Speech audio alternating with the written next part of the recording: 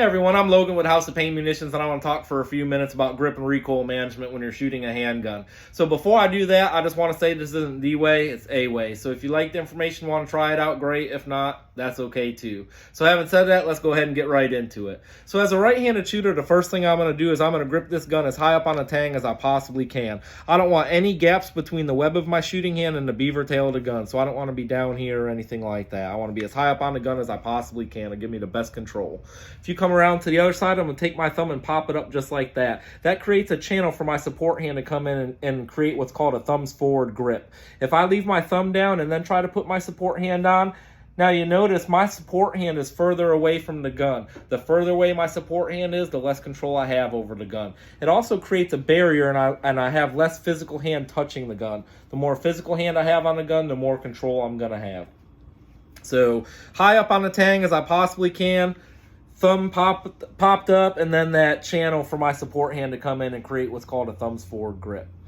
With my support hand, I'm going to crush the gun. I'm going to squeeze it as hard as I possibly can with my support hand. With my shooting hand, I want to hold the gun firm, but I don't want to hold it so tight that I'm introducing trigger freeze. What I mean by trigger freeze is that I'm inconsistently and improperly pulling the trigger because I'm squeezing so hard and I can't work my finger properly. So I'm holding firm. With my shooting hand, I'm high up on the gun as I possibly can.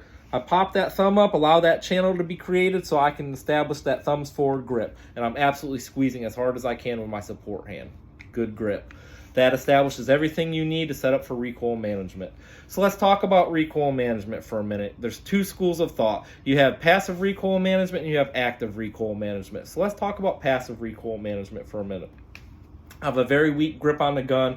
I'm doing nothing to stop or mitigate recoil. So a very weak grip on the gun, I pull the trigger, the muzzle violently flips up, the slide cycles to the rear, expelling that empty casing and picks up a new casing, and then there's a ton of dwell time that I have to wait before I can establish a new sight picture and have an accurate follow-up shot. Passive recoil management.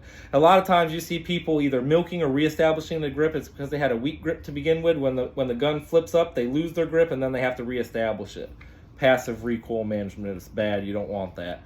You want active recoil management, and it starts with the grip. So just like I talked about earlier, shooting hand high up on the tang as I possibly can, pop that thumb up, create that channel, allow that thumbs forward grip, and I'm locking that wrist in and I'm absolutely just squeezing as hard as I can with my support hand. So I can't stop recoil. That's just too violent. It's not going to happen, but I can mitigate it. When I have that nice grip like I talked about, I'm up on the gun, I pull the trigger, you're going to get a little bit of muzzle flip, not much. The less muzzle flip I have, the faster I get the sights back down on target and I can follow up with a more accurate shot. So good strong grip leads to good recoil management. I'm not muscling the gun back down. I'm allowing it to do its thing, and then it comes back down on target and I'm just creating less dwell time between shots. Good active recoil management. So if you have anything else, let me know.